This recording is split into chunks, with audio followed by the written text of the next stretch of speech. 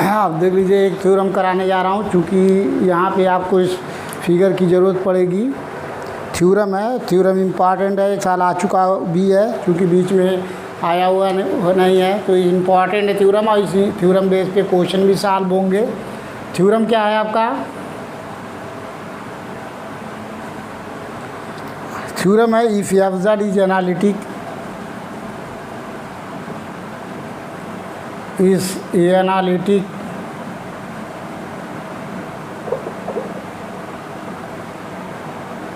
if fz is analytic and f dash z cannot equal to 0, then mapping is conformal. Mapping is conformal, ये prove करना है आपको। और इसके पहले जो फिगर आपको ये बना हुआ है, ये फिगर यहाँ आपको बनाना होगा, तब ये सॉल्व होगा, इसलिए फिगर को हमने नहीं इसको मिटाया हूँ। आप देख लीजिए, थ्योरम है if F Z is analytic and F dash Z can not equal to 0, then the mapping is conformal. तो जो ये अब फिगर दिया हुआ है, इसको आपको ऑलरेडी बनाना पड़ेगा फिगर, इसको सॉल्व करने के लिए, क्योंकि ऑलरेडी इसके पहले डिफाइन किया था डेफिनेशन, तो फिगर हमने बनाया था, इसलिए इसको हमने सेव कर रखा हूँ। और अब यहाँ से हम ये फिगर आप सबसे पहले बना लीजिएगा, और इसके बाद आपको इसको प्रूफ कराने जा रहे हैं। जो प्रूफ है प्रूफ कराएंगे, प्रूफ पेपर में आ चुका है 1 साल, और चूँकि बीच में 2008 में आया हुआ है, बीच में था ही नहीं सिलेबस में, 2018-19 में सिलेबस में आया है, लेकिन वो 2018-19 में ये डिफाइन प्रूव करने के लिए नहीं आया था, क्वेश्चन इस पे आया हुआ है, और ये डिफिनीशन आया था इसके पहले जो मैपिंग था। तो इम्पॉर्टेंट है, देख लीजिए, पढ़िए, इस बेस पे क्वेश्चन भी सॉल्व होते हैं, तो इम्पॉर्टेंट है प्रूफ। देख लीजिए, इसका प्रूफ कराने जा रहा हूँ। तो as the above figure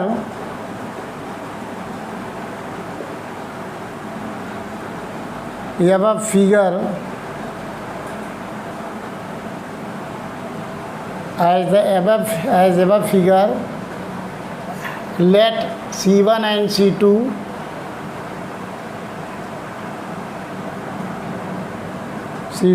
be two curves. Let C1 and C2 be two curves, थोड़ा डिफाइन करना पड़ेगा। तो let C1 and C2 be two curves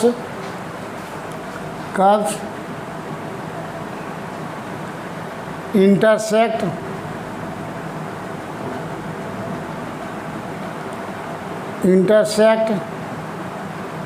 at P, intersect at the point Z0,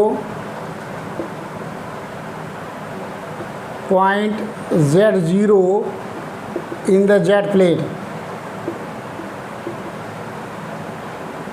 देख लीजिए, let C1 and C2 be two curves intersect कर रहा है at the point Z0, that is at the point P है, P point पे जो point है वो Z0 है, at the point Z0 in the Z plane, and late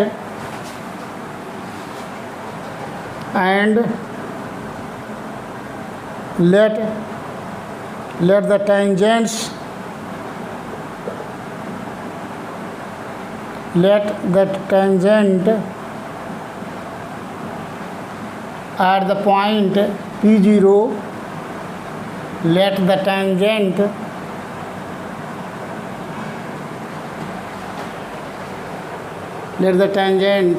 at this point, let the tangent at this point make an angle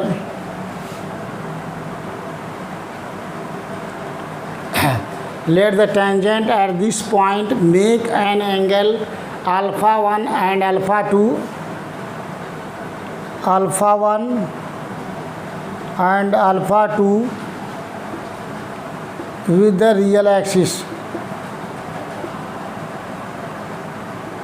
real axis means that is x axis, मतलब x axis से alpha 1 और alpha 2 angle बनाता है tangent. तो हमने मान लिया let the tangent at this point mean Z point, जो पॉइंट जेड है, दिस पॉइंट पे make an angle alpha 1 and alpha 2 with the real axis and also let Z1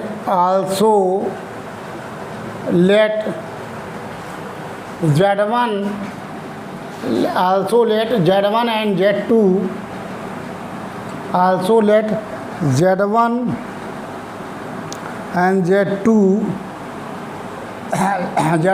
Z2 be the point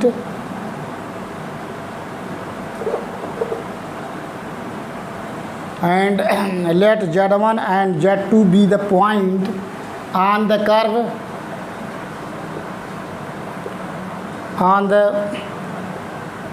curve C1 and C2 point on the curve C1 and C2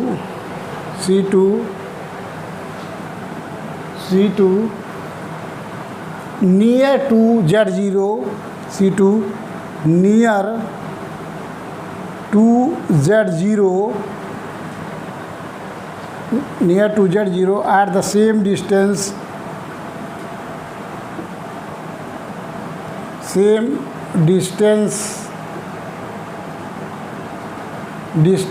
R। हम मान लेते हैं कि दोनों जो है Z1 और Z2 बहुत नियर है, नज़दीक है। Z1 और पॉइंट जो ले रहे हैं अंदर कर्व C1 पे Z0 से बहुत ही नज़दीक है, लेकिन यहाँ फिगर में दूर दिखाया गया है। उसी तरीके Z2 भी Z0 के बहुत नज़दीक है और इसके बीच का जो डिस्टेंस है सेम है, वो मान लेते हैं जो सेम डिस्टेंस R है। सो वी हैव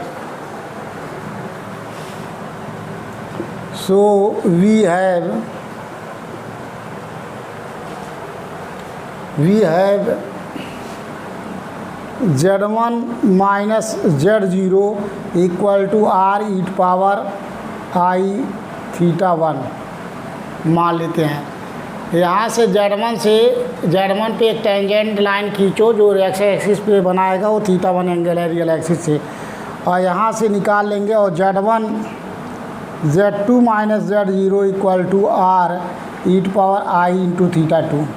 यहाँ से फार्मूला डिराइव कर रहा हूँ, इसलिए Z1 माइनस Z0 का मान निकाल लीजिए, ये आ जाएगा R e power I theta 1 का मान आएगा तो 1 हो जाएगा, तो ये आ गया R। यहाँ से भी ये निकल जाएगा Z2 माइनस Z0 का मान इक्वल टू R।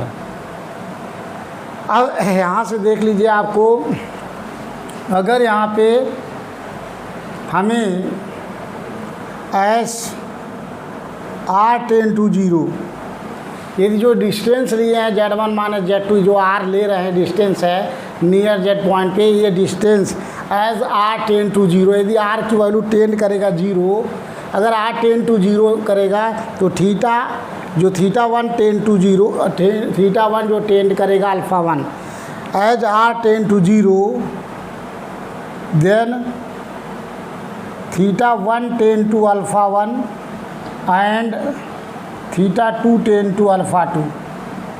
उस केस में एज R टेन टू 0, यदि R की वैल्यू 0, क्योंकि Z1 जो ले रहे हैं Z0 के बहुत करीब पॉइंट ले रहे हैं, बहुत ही करीब है, मतलब 10 to 0 है। तो यदि Z1 की वैल्यू R 10 to 0, देन चूँकि जो हम Z1 पे यहाँ से अगर टेंजेंट Z1 लाइन पे खींचे हैं तो एक्स एक्सिस के किसी पॉइंट पे मिलेगा, और उस एक्स एक्सिस से और जो रियल एक्सिस पे जो हमें एंगल माने हैं वो थीटा 1 मान लिए हैं।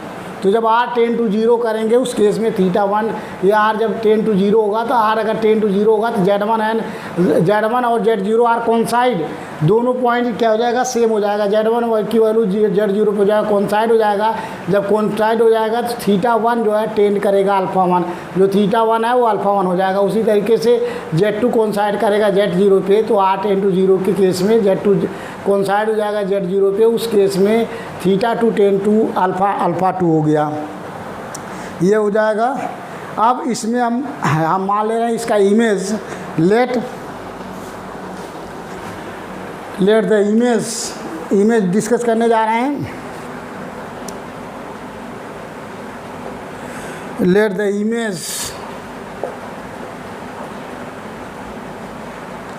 Image of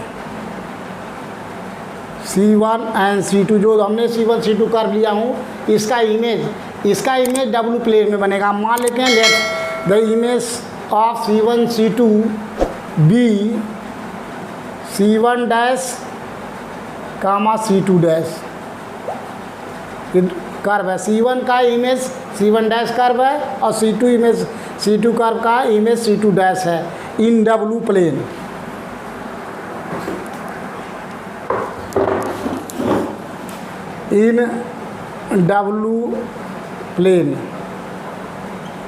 in W plane मान लेते हैं W plane by the transformation by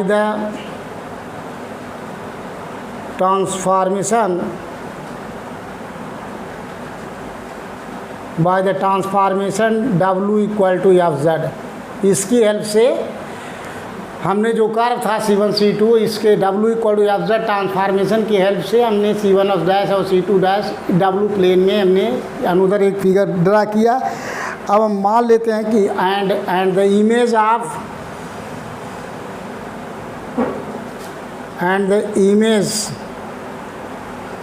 and the image of Z0, Z1 and Z2, जो हमने Z0 और Z1 Z2 जो पॉइंट लिए हैं कर्व C1 C2 पे, इसका इमेज जो इन W प्लेन में हो जाएगा W0 और W1 W2 मान लेते हैं। Z2B W0 W1 and W2, ये इसका इमेज मान लिया। फिर we have W2, we have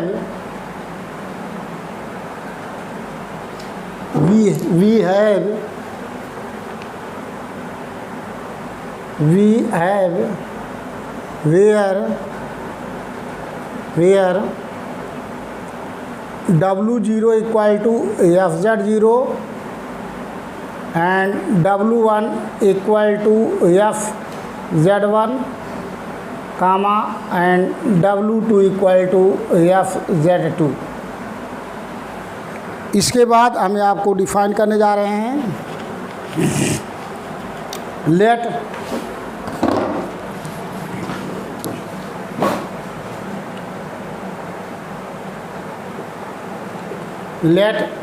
W1 minus W0 equal to, जैसे यहाँ हमने डिस्कस किया हूँ इन जेड प्लेन में Z1 माइनस Z0, उसी तरीके से यहाँ डिस्कस करने जा रहे हैं। मान ले रहे हैं let W1 minus W0 equal to R1 into e to power I into φ1, ये मानते हैं। इसी तरीके से W2 minus W0 equal to R1 e to power I φ1 φ2, ये चीज़ हो गया। अगर इसका मान लेंगे तो वही आएगा, ये अपनी तरफ से मान लिया हूँ। अब सिंस गिवन है, सिंस प्रॉब्लम में स्टेटमेंट में दिया हुआ, since f Z is analytic, तो since f Z is analytic, since f Z is analytic, f z analytic है, so f dash z exist. अगर f Z is analytic, that is f dash z exist, then the derivative of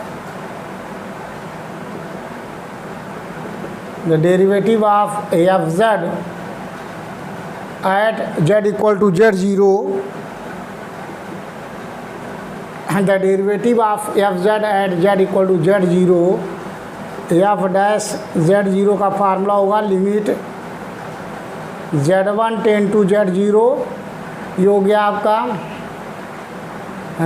FZ1 minus FZ0 divide by Z1 minus Z0, ये हो गया by derivative of derivative का definition है। The derivative of F Z at Z equal to Z0, F dash Z0 equal to limit Z1 tend to Z0 F Z1 minus FZ0 बटे Z1 minus Z0, that is limit Z1 tend to Z0 और FZ1 को हम मान लिया, देख लीजिए FZ1 means W1 और FZ0 means W3 हो गया आपका W1 माइनस W0 बटे Z1 माइनस Z0। ये आ गया आपका F डैश Z की वैल्यू।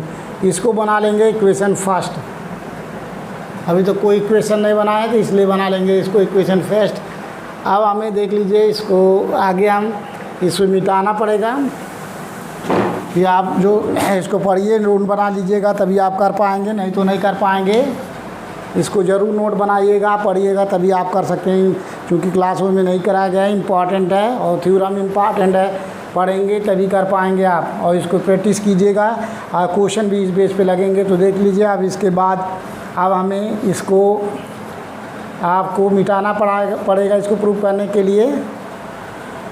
सो अब वहाँ से आपको निकाल लिया। अब यहाँ से हम मान लेते हैं, सिंस दिया हुआ है F डैश Z मान लिए। अब चूँकि जो हमारा F डैश Z है गिवन है चीज़, प्रॉब्लम में दिया हुआ है, since F dash Z can not equal to 0, ये 0 नहीं है, उस केस में दैट इज़, इसका मतलब F dash Z equal to हम मान लेते हैं कि ये हो गया R into E power I into lambda. ये 0 नहीं है, दैट इज मान लेते हैं, let F dash Z equal to R E power I lambda मान लेते हैं। सो यहाँ से अगर हम निकालेंगे mod of F dash Z तो इसका मैग्नीट्यूड निकालते हैं तो यह आ जाएगा आपका magnitude of R E power I lambda का मैग्नीट्यूड दैट इज R। ये हो गया equal to magnitude, equal to ये लिख सकते हैं magnitude, magnitude R means magnitude. तो F dash Z equal to R means magnitude find हो गया, ये R मैग्नीट्यूड है आपका। अब हमें इसकी वैल्यू जो है F dash Z Q R equal to इसमें पुट कर देंगे। From equation 1 becomes, from equation 1 becomes, देख लीजिए ये हो गया जहाँ F डैश Z है, इस लेफ्ट हैंड साइड में F डैश Z 0 है, मान लिया हूँ F डैश Z 0 का डिस्कस कर रहे हैं। यहाँ F Z 0 बनाएंगे, यहाँ भी Z 0 रहेगा, तो वहाँ F डैश Z 0 के जगह पुट कर देंगे R E power I lambda equal to हो गया आपका लिमिट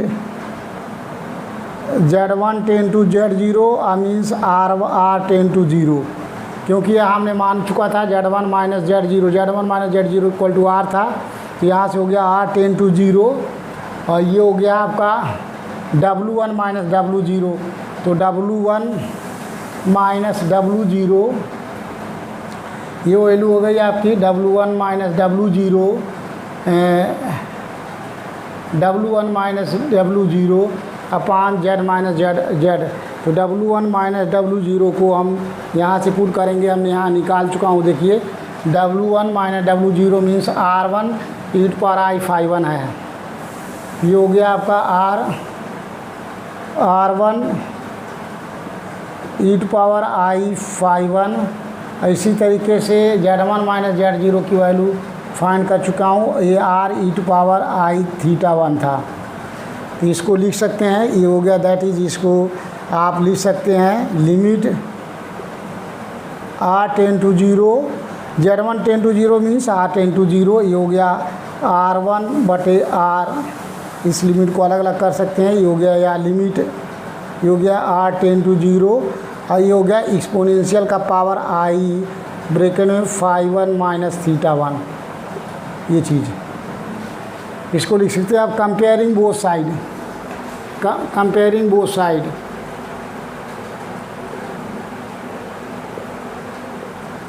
कंपेयरिंग बोथ साइड, दोनों साइड कंपेयर करेंगे तो देख लीजिए R equal to, R means limit R tend to 0 R1 बटे R, ये चीज़ फाइंड हुआ।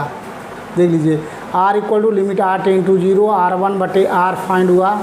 ये इस साइड के R की वैल्यू हो गई, यही जो हमारा R1 बटे R फाइंड हुआ है, यही एफ डैश जेड की वैल्यू है, क्योंकि ये आर की वैल्यू देख लीजिए, यहाँ आर मीन्स मैग्नीट्यूड था, ये हमारा ये हो गया modulus of F dash Z 0 लिख सकते हो इसको, या इक्वल टू ये हो गया magnitude,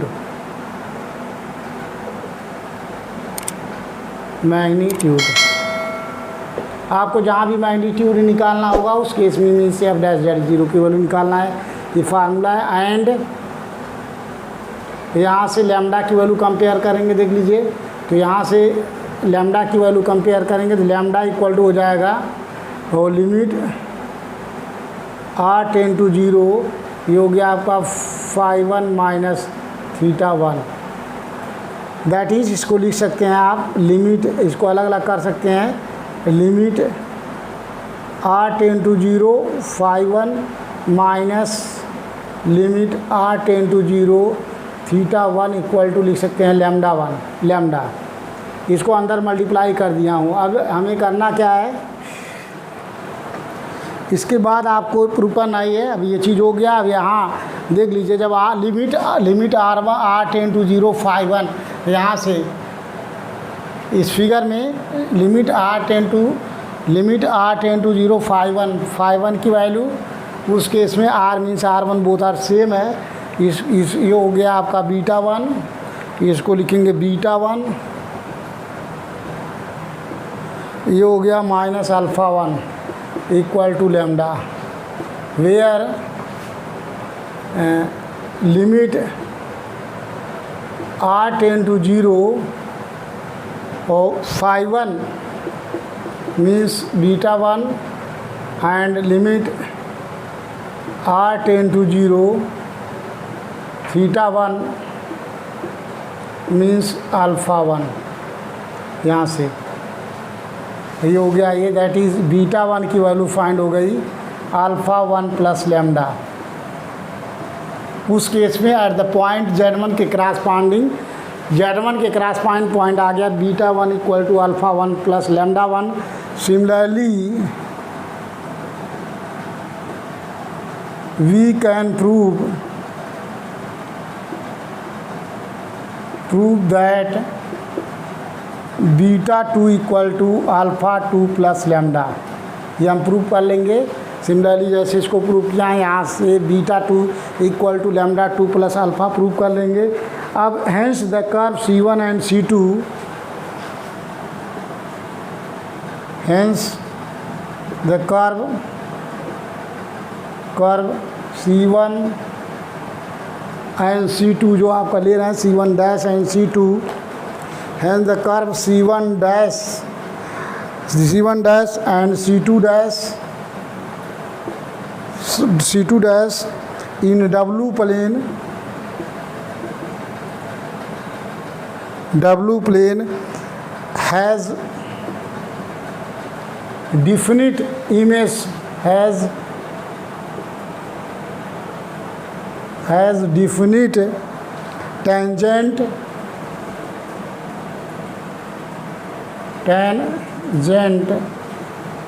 at W0,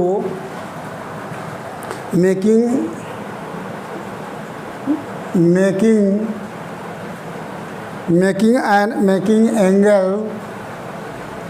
angles β1 equal to α1 plus lambda and β2 equal to α2 plus lambda. अब इसके बीच में एंगल निकालना है। ये एंगल हो गया, हमने फाइंड हो गया, यहाँ से प्रूव कर लिया है। The curve C1 and dash and C2 dash in W plane has definite tangent at the W0 and making angles β1 equal to α1 plus lambda and β2 α2 plus λ2।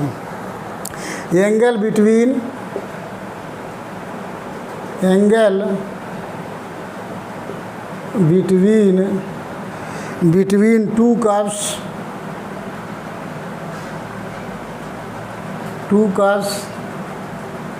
C1 dash and C2 dash equal to, इसको लिख सकते हैं β1 minus β2। ये find हो गया। अब देख लीजिए, इसको β1 और β2 की वैल्यू पुट कर देंगे तो बीटा 1 की वैल्यू है आपकी बीटा 1 माइनस बीटा 2, तो बीटा 1 की वैल्यू पुट करेंगे तो अल्फ़ा 1 प्लस लैम्डा और माइनस ये हो गया अल्फ़ा 2 प्लस लैम्डा। यहाँ से सॉल्व कर लेंगे तो ये लैम्डा लैम्डा कैंसिल हो जाएगा, alpha 1 minus lambda 2, that is आप फाइंड हो गया beta 1 minus beta 2 equal to lambda 1 minus lambda 2 proof हो गया। इसका मतलब क्या हो गया, सो द ट्रांसफॉर्मेशन, इसके बाद में देख लीजिए beta 1 minus beta 2 equal to alpha 1 minus alpha 2 find हुआ है। इसका मतलब so the transformation is conformal, so the transformation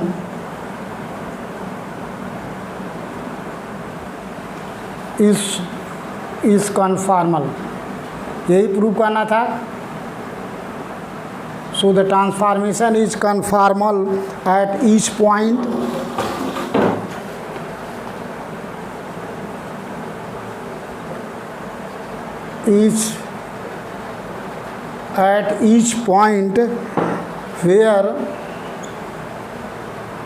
where f dash z equal to 0, hence prove, यही प्रूव करना था आपको।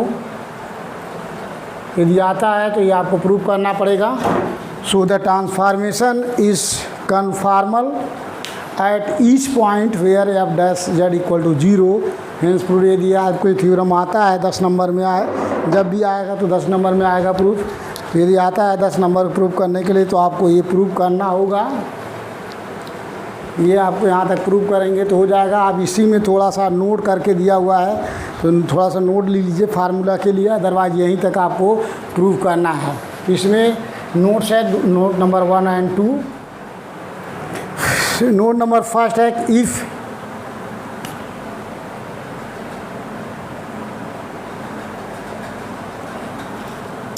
पहला the point at which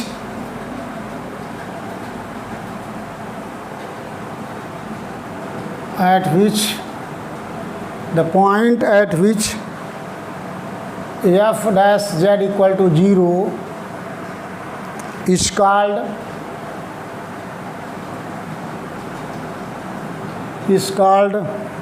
a critical point, is called a critical point। the point at which, जिस point पे F dash Z की value 0 है, ऐसे पॉइंट को हम क्रिटिकल पॉइंट कहेंगे। दैट इज W0 और Z0 is called critical point. यहाँ जो आपका Z0 है वो क्रिटिकल पॉइंट कहलाएगा। तो the point at which F dash Z equal to 0 is called a critical point, is called a critical point of the transformation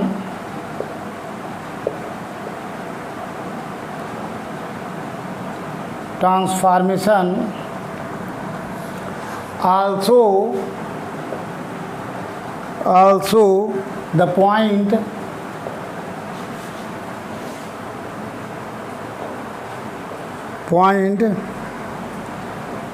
dw upon dz equal to f dash z can not equal to 0 is called ordinary point, is called ordinary point.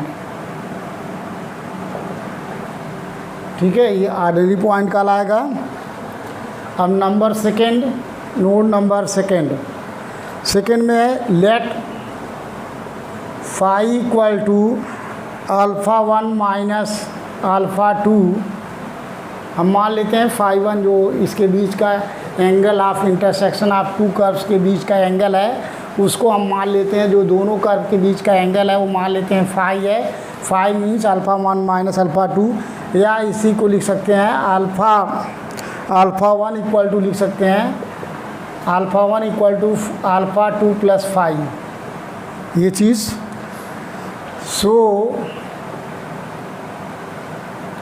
so that the tangent at P, so that the tangent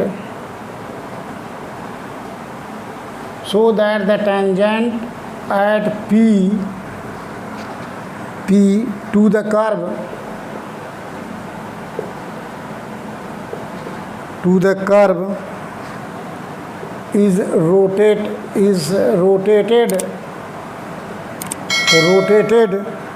through an angle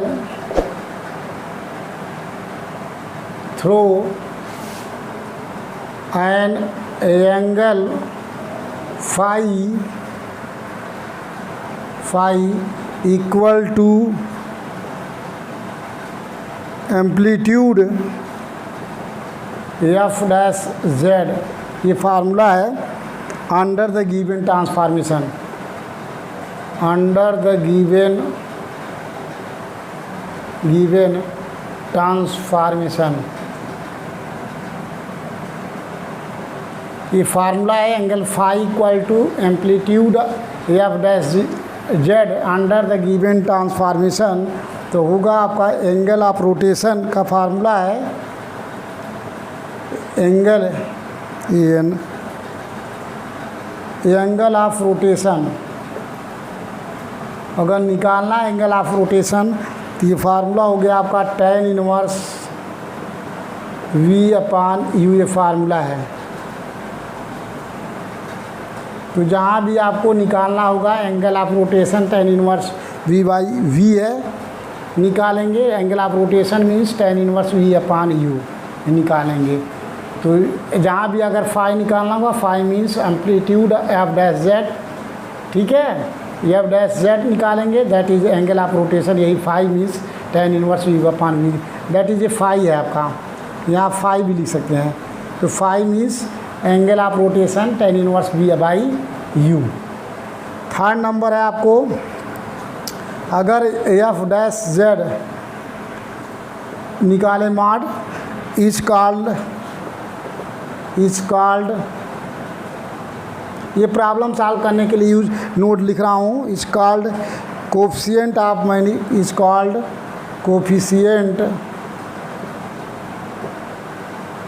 coefficient of magnification.